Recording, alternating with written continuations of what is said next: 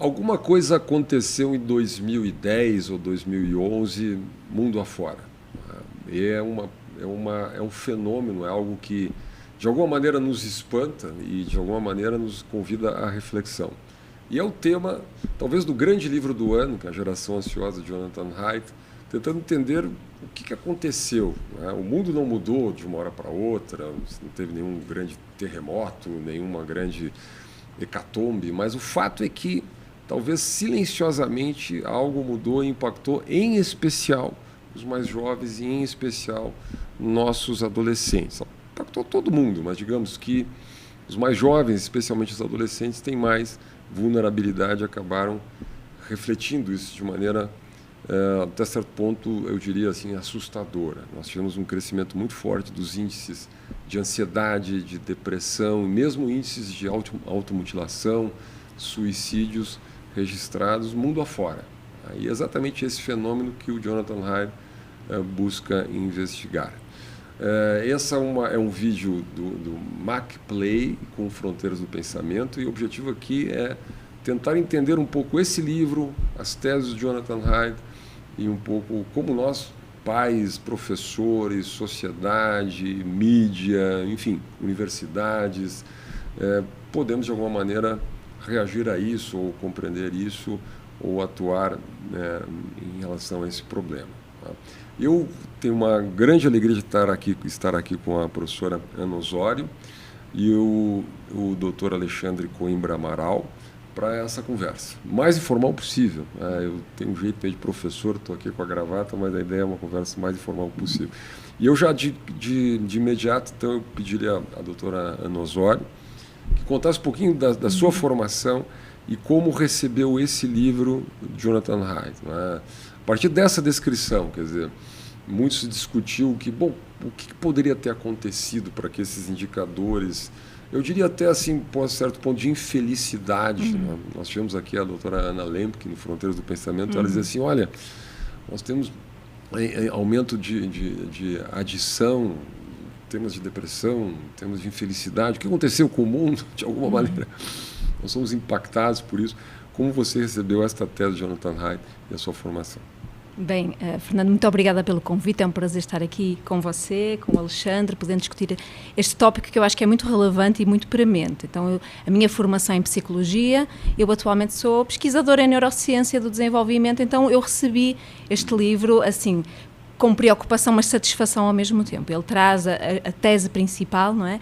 É que a razão pela qual nós temos índice de aumento nos índices de ansiedade, depressão, suicídio, problemas comportamentais, problemas relacionais, principalmente na geração Z, e eu acrescento em risco também de termos na geração alfa, não é? Estes mais novinhos, e que ela é derivada de duas questões. Uma hiperconexão digital, que aconteceu principalmente a partir dos anos 2010, associada a uma diminuição das experiências de brincar livre no mundo real. E, de facto, como pesquisadora da neurociência, isto faz todo sentido à luz do que nós sabemos da neurociência. É que esta geração Z e a geração alfa são desproporcionadamente atingidas pelos efeitos, não é? Desta, ao mesmo tempo, hiperconexão digital e redução do tempo livre na natureza, do brincar livre, são afetados proporcionadamente porque o cérebro destas crianças e jovens, ele é mais plástico, ele é mais flexível, mais moldável. Nós costumamos dizer em neurociência que o cérebro de crianças e jovens ela é como uma argila, não é? Que está ainda suscetível às experiências e às influências do ambiente. Portanto, é como uma argila que no início está bem moldável, então, e portanto é suscetível. Eu não diria que ela é vulnerável, porque vulnerável dá uma ideia de que é só para as questões negativas, para os efeitos negativos. É uma argila, o cérebro é como uma argila suscetível ao bom e ao mau. Então, se as experiências forem prazerosas, de desafio, de algum risco saudável, de interações corporizadas face a face, então nós temos aí as bases para um desenvolvimento e uma maturação cerebral mais saudáveis. Mas se, pelo contrário, nós substituirmos essas experiências corporizadas, face a face, na natureza, que lá está, tem frustrações e satisfações, aspectos positivos e negativos, a vida é assim, mas se nós tirarmos esses elementos, nós podemos então entrar nesse risco, nessa fase em que o cérebro está bem maleável. Não quer dizer que ao longo da vida nós não sejamos impactados por aquilo que nos acontece, nós somos. mas a circuitaria cerebral e a estrutura e funcionamento do cérebro são altamente afetados nessa faixa etária especificamente. Então, acho que o enfoque que o Jonathan Haidt deu a essa geração, ele não significa que não haja problemas em outras gerações. Nós tínhamos esta ideia, não é? Estas novas gerações são os canários na mina, não é? Eles sinalizam um problema que afeta sociedades que estão hiperconectadas e que perderam a possibilidade de ter acesso a interações, não é? Mais corporizadas, mais face a face. Mas eles são desproporcionadamente mais atingidos precisamente por esta característica do seu cérebro, bem plástico, bem maleável, bem suscetível às influências do ambiente. Obrigado, doutora Ana. E faço a mesma provocação, doutor Alexandre. Bem-vindo. Só Alexandre está ótimo. Está ótimo. Eu sou Alexandre, prazer enorme estar com vocês aqui no Fronteiras. Eu sou espectador do Fronteiras há décadas e uma honra estar aqui. Eu sou terapeuta de família dentro da psicologia e esse livro, para mim, ele orienta no sentido não de dar ferramentas somente cognitivas, mas ele orienta as emoções familiares. Porque eu acho que a ruptura que aconteceu, que o Jonathan descreve no livro, é a criação de um outro mundo. E esse outro mundo veio morar dentro de casa e fez uma nova leitura sobre o que é dentro e fora, o que é proteção e perigo. Porque antes desse mundo digitalizado do jeito que nós estamos vivendo, o perigo estava lá fora, né? E aqui dentro de casa, a gente se sentia protegido. Essa lógica está quebrada, porque o dentro não é tão protegido mais. O mundo, como o Vinícius dizia, são demais os perigos dessa vida. Esses perigos todos vieram habitar dentro do quarto do meu filho, que está trancado, com uma senha, num computador. Então, tem muitas dimensões que a família tem dificuldade de compreender, de acessar, de perceber como dialogar. E isso está gerando uma pergunta de crise geracional entre adultos, crianças e adolescentes, que não é mais sobre conteúdo, né? Porque até essa revolução a gente tinha problemas de conteúdo. Por exemplo, se a gente for pensar lá no século XX, que a gente teve a revolução sexual, o conteúdo era se pode ser virgem ou não, se pode transar ou não, tem um conteúdo sendo transformado, mas aqui a gente transformou a forma de construir o mundo, de dialogar com o mundo e de habitar o mundo. Então a sensação que as famílias têm é mais radical, no sentido de que parece que eu estou conversando com meu filho e a gente não está habitando o mesmo mundo. E essa sensação ela é muito desorganizadora para os adultos que têm que cuidar do desenvolvimento dos filhos. Excelente, obrigado, doutor Alexandre. Eu queria, talvez para vocês dois, mas começando com a doutora Ana, tem um aspecto que diz respeito ao impacto no cérebro, na cognição, né, que, obviamente, eu sou professor, vocês lidam, a doutora Ana é professora. Também é professora, então todo mundo aqui lida com sala de aula, quer dizer, eu acho que tem, primeiro, um impacto que o próprio Jonathan Haidt verifica, quer dizer, um impacto de uma informação rápida que cria o chamado efeito dopamina, essa tentação da satisfação rápida e imediata. Aí você tem o problema de déficit de atenção. Mas vamos ficar só nesses dois. Né? Efeito dopamina, déficit de atenção. O efeito dopamina está muito ligado às pesquisas da doutora Ana Leme, que ela tem ação dopamina, e a adição da mídia digital. Então, assim, quem dá aula sabe que é impossível você dar uma aula com o telefone celular em cima da mesa, aquele aparelho tocando. Né? Esses dias eu ouvi uma pesquisa mostrando que você está no flow da atenção, você toca o celular, você leva 15, 20 minutos para voltar, se é que você volta. Né? Então, isso tudo tem um efeito... qual o efeito disso sobre cognição, sobre cérebro? Nós estamos, de fato... há muitos dados, inclusive, que falam, aí também não sei se já se corresponde realmente a uma leitura mais científica ou técnica, uma queda, inclusive, nas medições de testes de QI. Né? Seja problemas graves de cognição, leituras longas, atenção, concentração, Existe todo um ramo hoje da economia da atenção, ou seja, então qual é o impacto das redes, da internet, desse mergulho digital? Ele chama de reconfiguração da infância, né? Eu acho que é a reconfiguração da adolescência, né? No cérebro, na cognição humana.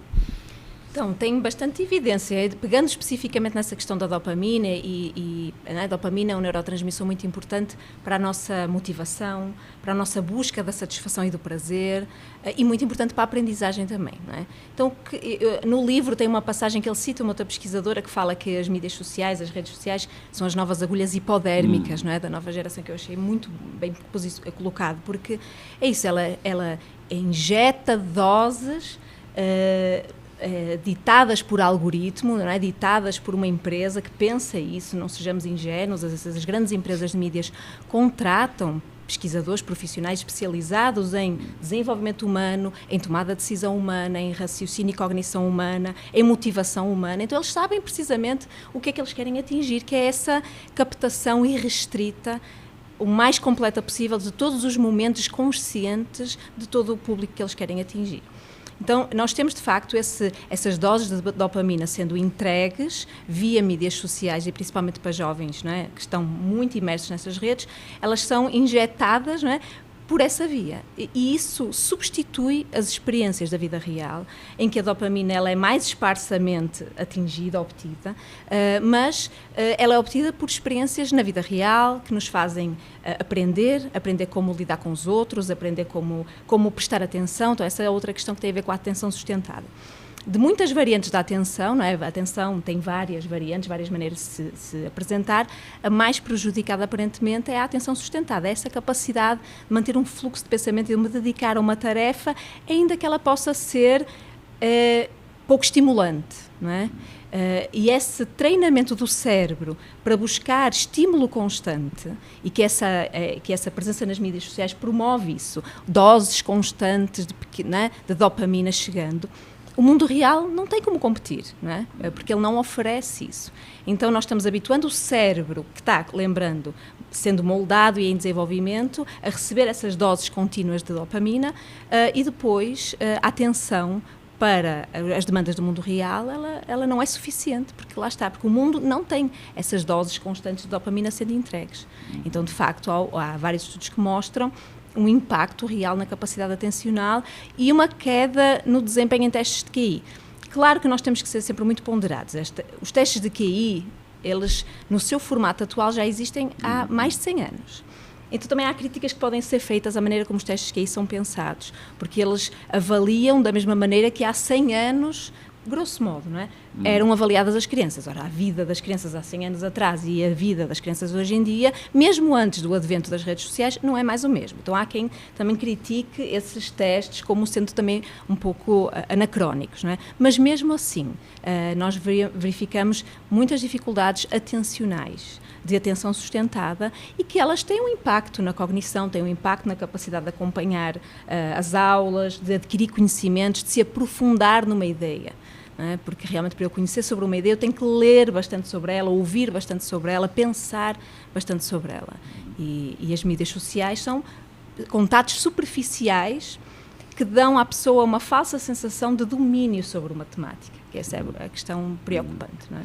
Eu queria fazer essa mesma pergunta para o Alexandre, mas provocar um pouquinho. A frase da professora Ana me chamou muita atenção. O mundo real, no fundo, tem dificuldade de competir com esse mundo digital, né? O que pode ser um problema, né?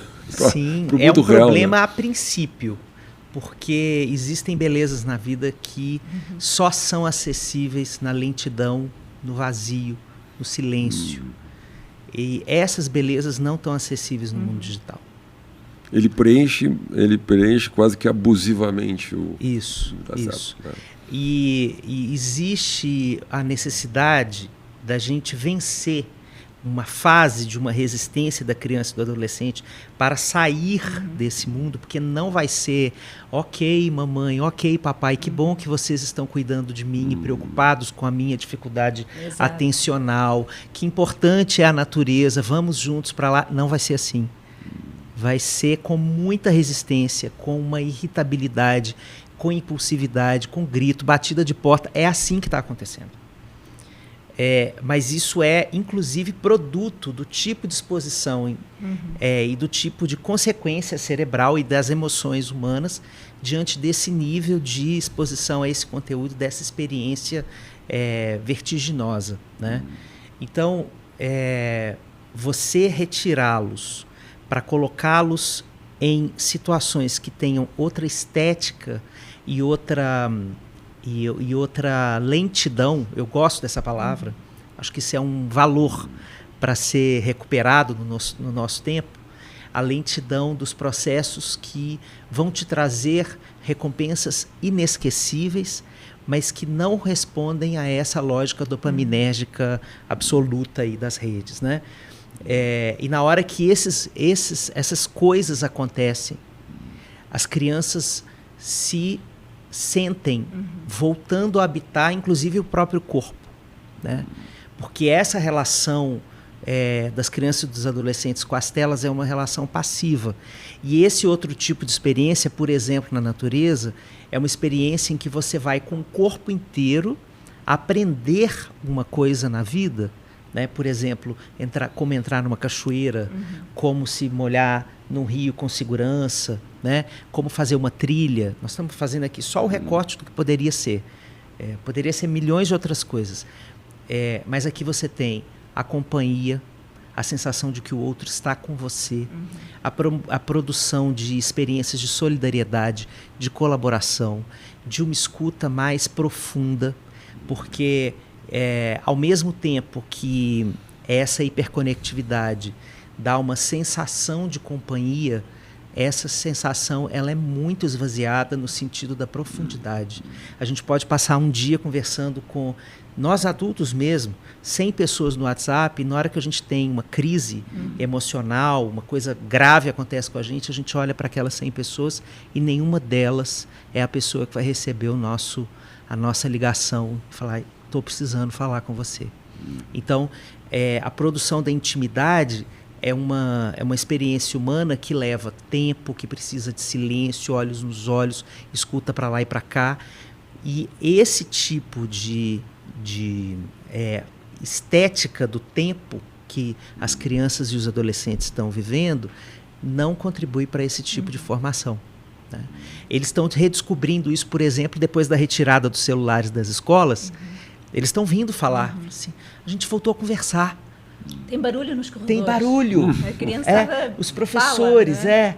Falando e a gente está voltando a se abraçar, assim, coisas básicas, né? Da adolescência se sentir mais conectada no corpo, do bando adolescente, de estar todo mundo ali, né? Como a gente vivia nas gerações anteriores. Então, há belezas para serem redescobertas nesse retorno. Claro. Uma coisa também que eu acho que o grande risco aqui, eu vejo, quando a gente lê, o livro não, mas quando a gente ouve narrativas sobre o livro, sobre a temática atual, é começar a considerar que tudo é uma responsabilidade parental. Sim. Né? Que os pais precisam tirar e os pais precisam providenciar experiências corporizadas na natureza. E eu acho que, claro, os pais têm a responsabilidade acima de tudo, mas isto é um problema de ação coletiva. E mais, os pais... Tendencialmente, isto até em estudos que eu já venho realizando, tem muita preocupação, e isto acho que desde os anos 90, em planejar e regular e supervisionar todas as atividades em que as crianças se envolvem. Todas. Todos os jogos têm que ser com regras, tudo é sob o olhar atento dos pais para que não se machuquem, para que não excluam, para que não briguem, para que não se batam, para que não... Tudo é regulamentado e a gente está tirando às crianças a oportunidade de elas serem livres, dentro de um risco baixo, mas razoável, que a vida ela tem. Obviamente não estamos a falar de ser negligentes, mas estamos a falar de deixar as crianças se resolverem. Então estar num lugar em que não há uma regra pré-definida. Vamos jogar um jogo, porque hoje em dia o lazer, principalmente em quem vive em cidades, e aqui no Brasil é 90% das pessoas vivem em cidades, o próprio lazer é altamente regulado.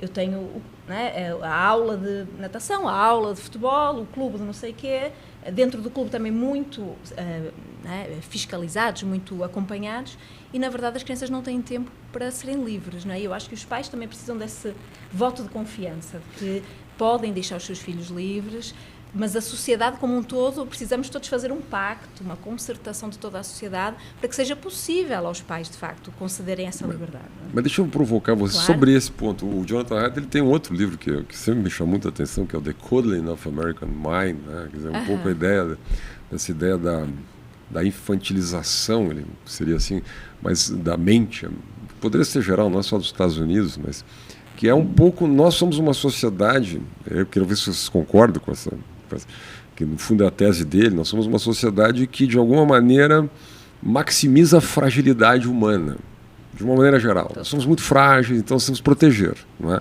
Isso, né, nós temos que cuidar da linguagem, quer dizer, as universidades hoje têm as linhas para fazer denúncias, nós temos os trigger warnings, nós temos safe spaces, tudo é muito, muito perigoso, então você tem que proteger, controlar a linguagem, porque senão as pessoas serão ofendidas, e se elas forem ofendidas elas vão ficar muito destruídas psicologicamente. Então, assim, comparando, até isso virou até meme na internet, né? A geração dos 80, 90 era mais dura, essa aqui é toda problemática, tudo é agressivo, tudo é problemático. Isso, a minha impressão é que o Jonathan Haidt, ele trabalha num duplo movimento. Ele diz, olha, nós precisamos confrontar essa cultura da fragilidade. Né? As pessoas precisam se resolver, como a Fulana falou, né? Precisam falar, a vida é dura, a vida implica em confronto, implica em aprendizado, etc. Por outro lado, a gente tem um aspecto que é realmente muito perigoso, especialmente numa fase da vida, que é esse mundo obscuro, aberto, digital. Né? Vocês gostam desse duplo movimento que ele faz? No fundo, a minha impressão é que ele está nos propondo o seguinte, olha, nós precisamos encarar a liberdade humana, é isso, né? Precisamos encarar que as crianças, os jovens vão se desenvolver e eles vão enfrentar dificuldades, nós temos que fazer um damage control no aspecto digital, até uma certa idade. Né? Certo? Então, nesse sentido, eu acho que esse duplo movimento que ele faz, não sei se dá para ter a leitura por aí. Bom, eu acho que nós temos um fenômeno cultural que não tem a ver com as famílias, que quem fala muito disso é o Zygmunt Bauman, que é a instilação do medo como estratégia manipulatória. Né? A gente tem uma cultura em todos os países do mundo, que a gente está vendo isso acontecer, em que primeiro eu pulverizo um medo e depois eu trago a solução através de uma autoridade autoritária. Isso está acontecendo no mundo inteiro. Então, essa cultura do medo, o Zygmunt Bauman coloca que isso fragiliza os laços. Porque se eu sinto medo do outro, se o outro é um perigo, eu me vinculo de uma maneira ambivalente. Eu não construo laços que me protegem, porque essa sensação de proteção ou desproteção também tem a ver com a qualidade dos laços sociais. Né? Então, eu acho que o que o Jonathan está propondo para a gente é uma recuperação da qualidade desse laço. Né? Que na medida em que a gente permite que os nossos filhos estejam menos superprotegidos no presencial e mais protegidos no digital, que eles possam voltar a experimentar todo tipo de treta que a vida tem. Né? Mas com uma novidade. Né? As gerações anteriores não lidavam com o retorno da criança e do adolescente, escutando o que estava rolando e cuidando disso. Né?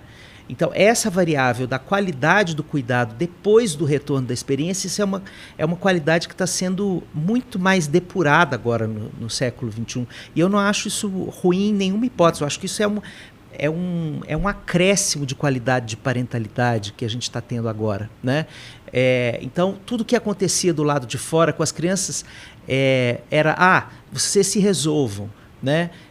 Se você vivia uma situação abusiva no trabalho, isso é o sapo que você tem que engolir. Então, tinha sempre uma noção de que esse retorno das experiências violentas que pudessem acontecer na vida não precisassem ser mediadas. Eu acho que a gente está construindo instrumentos muito bons de mediação com essas situações que fortalecem tanto as pessoas quanto os próprios laços sociais. E eu queria acrescentar também que eu acho que é um tópico importante que ele traz, que é esta questão da antifragilidade, que eu acho que, não é, para quem ainda não leu o livro, esta noção de que as crianças são antifrágeis. Não é? A gente, tradicionalmente, não é? Fomos sendo ensinados, as gerações foram encarando e a parentalidade como proteger aquele ser frágil, como uma taça de cristal que eu preciso proteger a todo o custo. E o valor do pai e da mãe, do cuidador, estava precisamente e cada vez mais na sua capacidade de manter aquela criança completamente protegida de tudo o que possa acontecer. Desde quebrar um braço até passar por uma experiência dolorosa de bullying, etc. Isso é um sinal de boa parentalidade, ainda é muito encarado assim, não é? Só que essa visão, ela de facto levou a uma tendência de superproteção de facto das crianças e que também tem o seu custo, tem o seu ônus, não é? E eu gosto, a antifragilidade é este conceito, não é? Nós temos a fragilidade, que ainda é uma maneira muito habitual de enxergar as crianças e enxergar o ser humano. Nós temos a resiliência, que também não é exatamente o que nós temos na infância, que a resiliência é, apesar das forças negativas, eu mantenho a minha forma, eu mantenho a minha estrutura, e ele argumenta que as crianças são antifrágeis, que na verdade elas precisam de algum grau de stress, de algum grau de frustração, de algum grau de contrariedade na sua vida para se desenvolverem plenamente seja o que isso quer dizer, não é? Mas para se desenvolverem de forma saudável. Então ele equipara ao sistema imunológico. O sistema imunológico só se torna bom e forte quando ele é exposto a ameaças, numa quantidade e num nível que o corpo é capaz de responder, mas é precisamente pela exposição que ele desenvolve a imunidade. Então ele assemelha as crianças a isso, que é fundamental expô-las com alguma supervisão, mas muito menos do que a gente faz agora, a algum grau de stress, a algum grau de frustração. E que elas, e eu concordo muito bem com o Alexandre também, mas que elas possam regressar para nós com esse conteúdo, que a gente possa ajudá-las a entender o impacto daquilo, a desconstruir que aquilo não significa a identidade delas, que aquilo não é quem elas são, que há outras maneiras de ver. Então acho que a nossa parentalidade tem que evoluir, não para rechaçar e dizer assim, vai, se resolve, mas deixar que a criança vá, se resolva, mas dela poder voltar a nós, que tem muito a ver com uma perspectiva já clássica da psicologia, da base segura, não é? Da teoria do apego. O grande objetivo do apego, da relação de vínculo entre os cuidadores e as crianças, não é a relação entre si. A relação em si não é a criança bem vinculada, com bom apego, não é aquela criança que não sai da perna da mãe. É aquela criança que sente segurança, vai explorar o mundo, quando há uma ameaça ela volta, se reabastece, se acalma, entende que o mundo ela pode enfrentar, que ela é capaz e que se ela precisar ela volta, e a vida é este circuito de explorar o mundo, ser autónomo, voltar quando preciso, mas partir para o mundo de novo. Então o grande presente que o apego traz é a possibilidade da autonomia e da exploração independente, sabendo que temos aquele laço que nos pode, que está ali para nós, sempre que nós precisarmos. Uma provocação rápida assim também, aqui acho que foi um pouco o tema do adolescência, né? Todo mundo viu, todo mundo discutiu, tem 1000 interpretações daquela série e tal, mas é um impacto das redes, do mundo digital, num efeito comparação. Quer dizer, quando eu começo a enxergar direto a vida de todo mundo, o, entre aspas, sucesso de todo mundo, não é? E, eventualmente, eu começo a achar que a minha vida, desculpa eu falar assim, é uma merda, né? Uma merda, porque eu sou um merda, né? Porque os outros são tão maravilhosos, são tão incríveis, né? E eu começo duplamente a ver os outros como incríveis e eu... Né? E também, eventualmente, começo a viver outra vida, né? Então, eu perco a presença, né? Então, eu nunca estou exatamente no lugar, eu nunca estou aqui, eu estou em outro lugar, eu não sei, vivenciando outras emoções, outras vivências, outros amigos, outras circunstâncias, outros mundos, etc. Então, o meu mundo fica... Até o ponto chega aquela caricatura dos jovens japoneses ou coreanos que vivem num quarto e criam avatares de si mesmos, né? Então, parece que a existência digital compensa uma não existência real, né? Isso, para mim, é menos ameaçadora, é menos difícil, é mais fácil, de certa maneira. Mas tem um lado assustador, que é esse efeito de comparação. Nós, seres humanos, de uma maneira geral, eventualmente tem dificuldade com a comparação, né? A comparação pode gerar um inveja ou ciúme, essas psicologias se chamam especiais ou destrutivas, né? Isso não supõe um aprendizado, entendeu? Entender que, digamos assim, cada um vive uma vida, então compara o tempo inteiro. Qual é o impacto que isso produz de fato?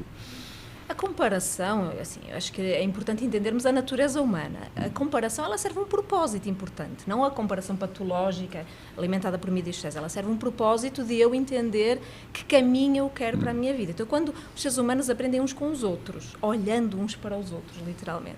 Então, quando eu olho e vejo as trajetórias dos meus membros da minha espécie, as pessoas que vivem junto, eu entendo como é que nós nos comportamos nesta minha cultura, o que é que nós devemos almejar, qual é o caminho a seguir. Então a comparação, ela serve um propósito também de união e de um grupo saber como se comportar e observar os comportamentos uns dos outros. O problema nas mídias sociais, nas redes sociais, é que a comparação, ela... Primeiro, são dois fenómenos muito importantes e que as redes exploram muito, que é uma tendência do adolescente, do ser humano de forma geral, mas o adolescente muito claramente, ao conformismo.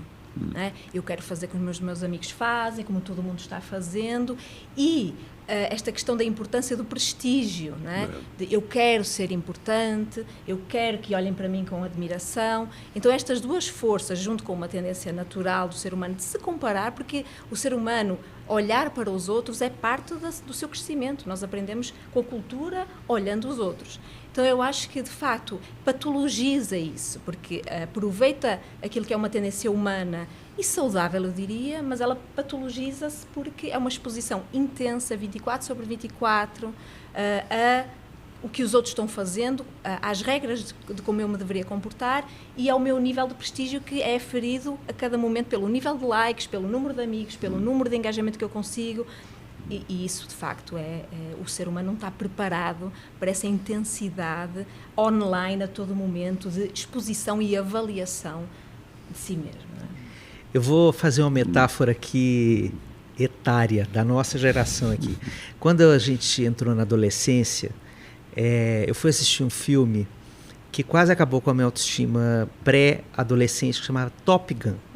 O Tom Cruise estava sendo exposto ao mundo como o símbolo do homem perfeito, viril, gato pra caramba, etc. E eu me lembro da sensação... E eu me lembro da sensação de olhar para ele e falar assim, eu jamais vou ser esse cara. Mas uma vez que a gente saía do cinema, o mundo real estava disponível e as meninas podiam suspirar com o Tom Cruise, mas elas tinham que elaborar a frustração de olhar para o lado e os garotos que estavam do lado dela não eram Tom Cruise e elas tinham como fazer isso. O que está acontecendo hoje? O Tom Cruise está o tempo inteiro aparecendo no feed, inclusive com mensagens de que se você quiser, você vira o Tom Cruise. Se você quiser, se você tomar esse suplemento, então isso está associado ao consumo frenético que tem dentro das redes sociais e à falta da regulação. Então, é um fenômeno completamente diferente, porque hoje quem conhece o nosso filho não somos nós, é o algoritmo. O algoritmo conhece os nossos filhos muito mais do que nós.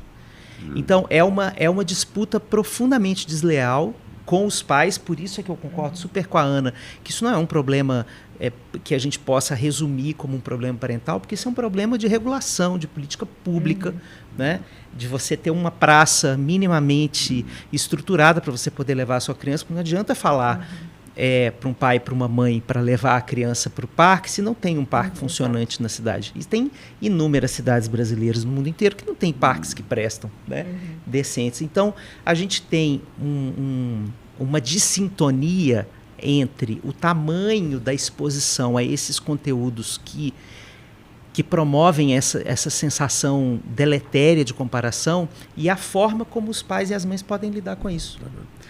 Para fechar aqui, porque o papo poderia ir muito longe, mas infelizmente nós temos nosso tempo aqui.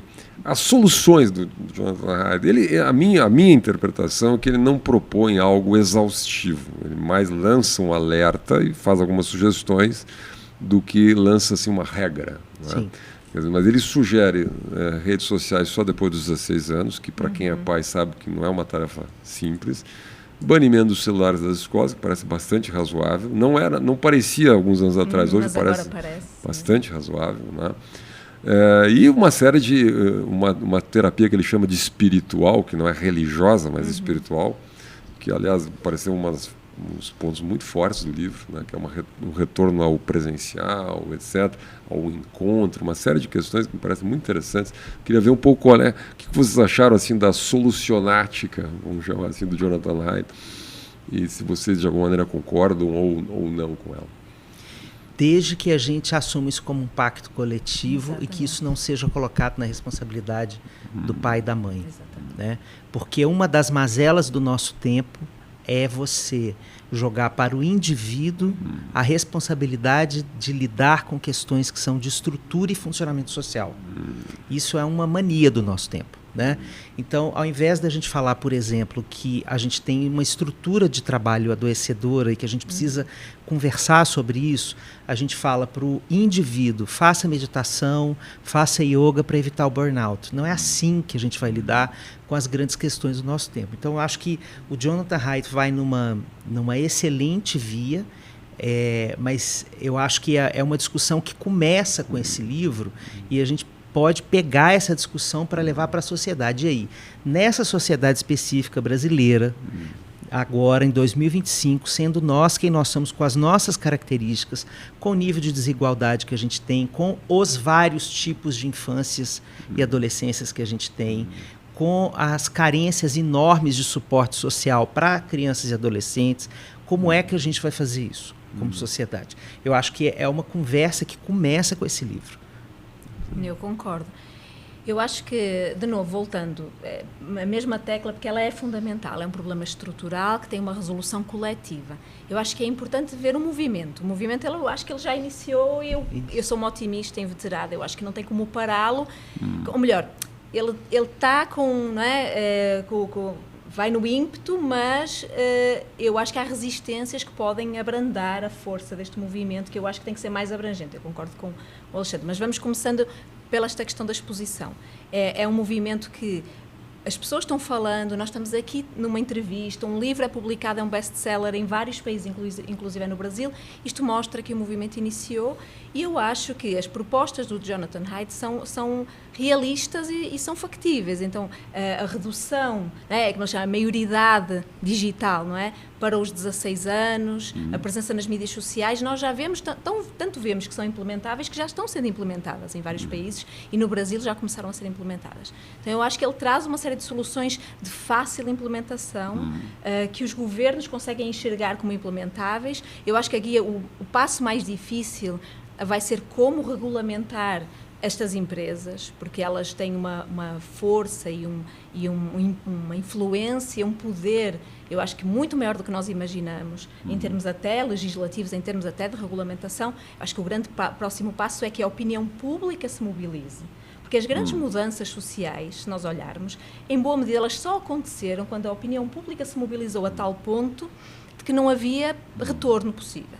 Então, eu acho que nós todos temos esse papel de nos mobilizarmos, às vezes assim, no nosso pequeno grupo de amigos, o nosso pacto com o grupo de pais, não vamos dar, não vamos fazer, isso vai se alargando, debates mais abrangentes, legislação condizente e assim as empresas vão chegar a um ponto, como a gente viu com outros consumos, se a gente pensar, isto é um consumo inadequado para jovens e crianças. Como álcool é um consumo inadequado, hoje em dia ninguém tem dúvidas que não é para permitir que jovens e crianças consumam álcool, consumam tabaco. E eu acredito que isto é idêntico, é um consumo desaconselhado e inadequado para esta faixa etária e que o tempo mostrará que ele vai ser eliminado desta faixa etária. Eu quero acreditar nisso. Um dia nós vamos observar e dizer, meu Deus, as crianças, elas pegavam no celular dos pais à vontade e consumiam à vontade e nós vamos ficar chocados que isto acontecia. Da mesma maneira que hoje dizemos assim, meu Deus, fumava-se nos hospitais e nas universidades. Vai parecer incrível, mas eu quero acreditar que estamos nesse caminho, sem dúvida. Obrigado, Alexandre. Muito obrigado. Eu que agradeço. Obrigado, Ana. Olha, foi sensacional e queria muito agradecer, daria para ir longe aqui. Mas o nosso objetivo é exatamente estimular a leitura do livro, estimular essa discussão exatamente que vocês colocaram aqui. Isso aqui não é um ponto de chegada, é um ponto de partida. Né? Nós estamos no meio do furacão aqui, tentando entender a tempestade toda. E um pouco esse é o objetivo do Fronteiras do Pensamento, também do Mackenzie. E convidar todo mundo, né? Esse aqui é o livro, a gente vai estar com o Jonathan Haidt aqui no dia 19 de maio, aqui no Mackenzie, na temporada do Fronteiras do Pensamento. Vocês estão super convidados. Estarei aqui. Né? E todo mundo aqui. Acho que vai ser uma grande noite aqui para a reflexão de todo mundo. Obrigado, pessoal.